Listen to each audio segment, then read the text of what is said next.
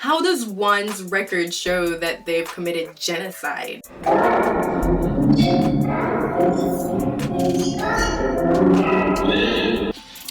Yes. Welcome back. I know I've been gone for quite some time now. Yeah. Sorry, but what can I say? Hey, life happens and sometimes you need to take a break. So that's what I did. But I'm back now and I'm here to talk about 90 Day Fiance the Other Way, episode 5. Right? Or is it 6? Anyway, I'm talking about the episode that aired on July 1st, 2019.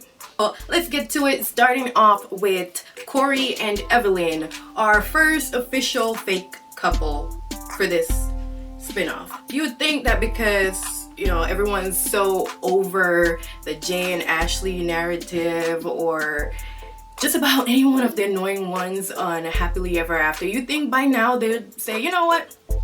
We're gonna make sure we vet these people and make sure they're not coming with a bunch of fake storyline. But here's the thing, Evelyn is fake as hell and she's not a good actress. So it's very clear what's going on. They're doing way too much, way too fast, and I'm not buying it. I'm not buying it one bit. So picking up from episode 4 or whatever the episode was before this, we saw that Corey was going to have to get a bus from the airport because Evelyn says that she's not coming to pick him up. And she's talking to her family about how she wants to make sure that he can be self-sufficient in Ecuador because she feels like, well, if he's gonna be here, I don't want him to rely on me. Because he can't speak Spanish, he can't do this, he can't do that. I'm just like, you knew this when you asked him to come and live with you in this country instead of you going to America where you can speak English. So don't, like, all of this is so fake and annoying. So we see him struggling to get to Ingabao, which, come on. This guy has been there multiple times. Why does he act like this is his first time going there? It makes absolutely no sense. She picks him up at the bus stop and they're walking, and I don't know exactly where they're supposed to be walking to because it went from day to night in the shot from them walking from the bus stop to the grandmother's house because somehow she wants him to stay at her grandmother's house instead of staying with her. It's ridiculous. None of it is making sense. I guess she's testing him, but it makes no sense why she's testing him. She have testing him. Oh my gosh, I can't even speak right now. Like, ugh. It makes no sense. She's doing all this for absolutely no good reason. For some reason, the pigs, the dogs, all these things that are walking around is brand new to Corey, who's been to this village before. He's there saying, oh, I've never seen anything like this before. Like, what? Dude, you were just there. You've been there before. We have video of you walking on the beach from before. We have pictures of y'all kayaking together, you and Miss Ingabao, okay? I'm trying to see how much Corey is in on the lie and how much is just Evelyn mixing up BS, trying to be the villain of the episode or the season. And I'm over them. I just want to be done with them already. On to Laura and Aladdin. So we're all wondering if Aladdin might be a little bit like Mohammed and he's trying to play Laura. But we get a sense that Aladdin is kind of like actually physically attracted to Laura because he's talking about the first time how when he saw her in these pictures he thought she was hot, and then he met her in person and he realized she was shorter and she was thicker, and he was like, oh, she's cuter in person. So it's like, I don't think the age thing is really a thing that bothers him that much as it bothers Laura.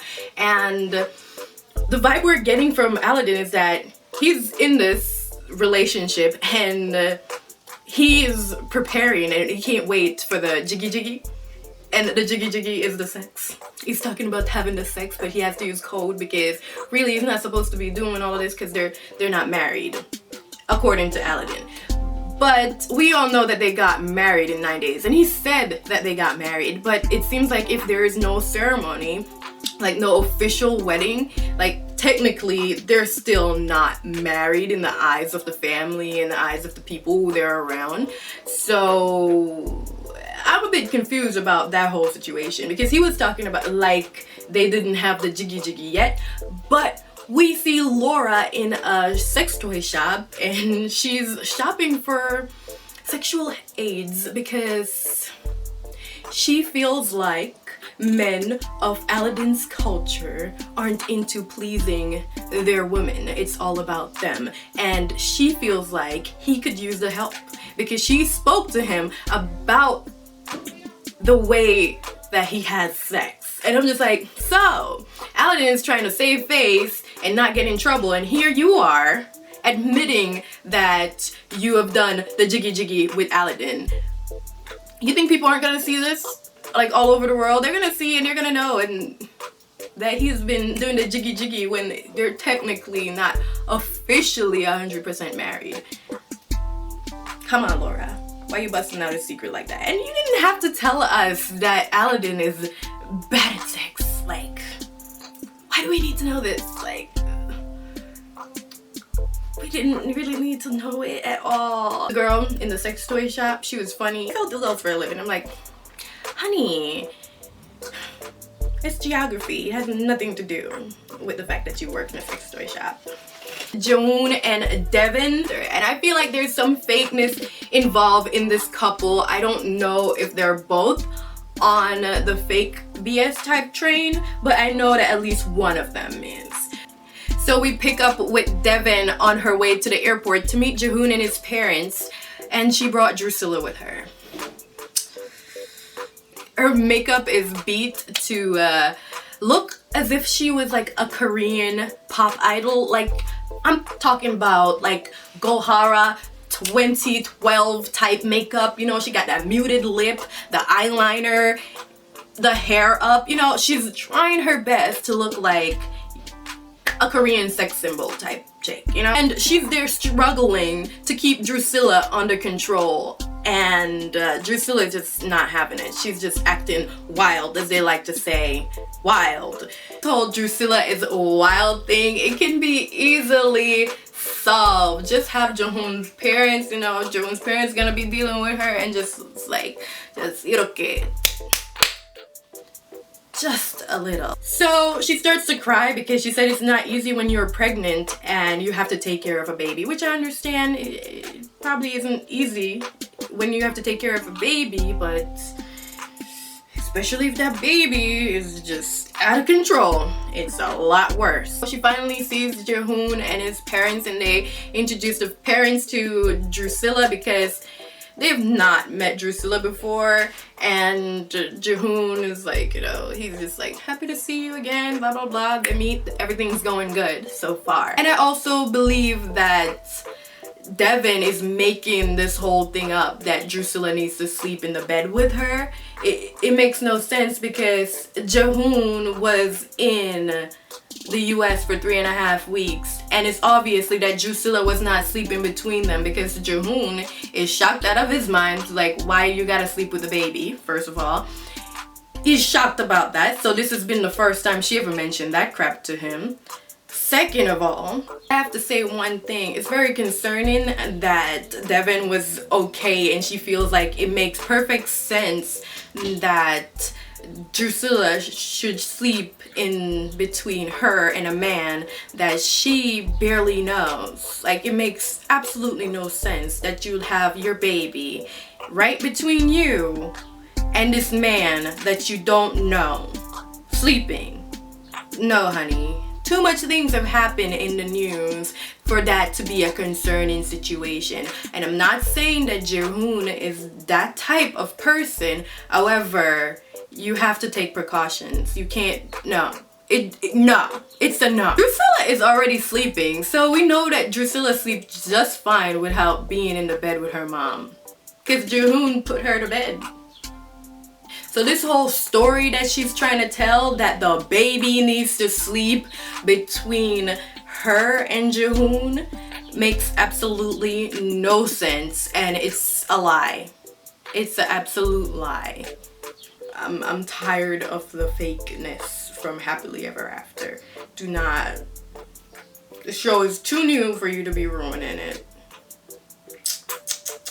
And finally, we get to Paul and Karini.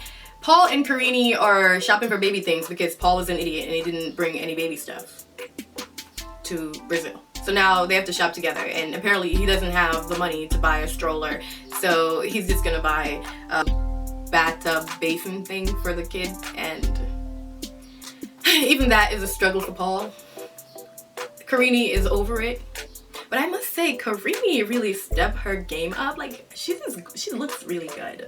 Like, her face is like chubby cheeks, and she looks really good, like filled out with the pregnancy. Like, it's definitely treating her better than the first pregnancy. Paul, on the other hand, we find out is still a mess, and perhaps even more of a mess than we thought. Apparently, Paul cannot stay in Brazil because he is, one, a terrorist. He's committed acts against humanity, and he's committed acts of genocide. Yes, you heard correctly. Paul committed genocide, or he has genocide on his record. Like, how does one's record show that they've committed genocide? Like, I feel like that's out there. Like, it's obviously been a mistake, but I feel like maybe Paul had something to do with this whole letter telling him that he cannot stay in Brazil because he committed genocide and crimes against humanity and terrorism.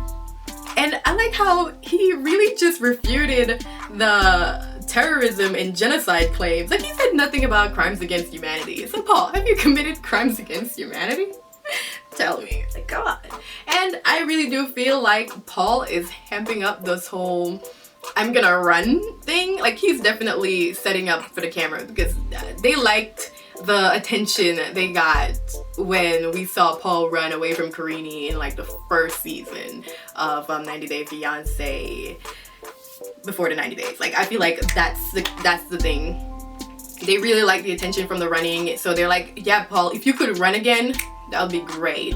So Paul, of course, after reading the letter that his application for residency in Brazil has been denied because of his genocide and terrorism and crimes against humanity, he decided that he's gonna run.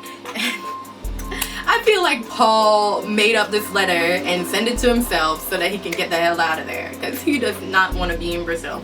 And anything to get himself out will be fantastic for Paul, and I think that's what he did. I don't know if he did it. I just think that he might have something to do with it. Thank you for watching, and don't forget to hit that thumbs up button. You know, I like it when you like me. And hit that subscribe button. Thank you for watching.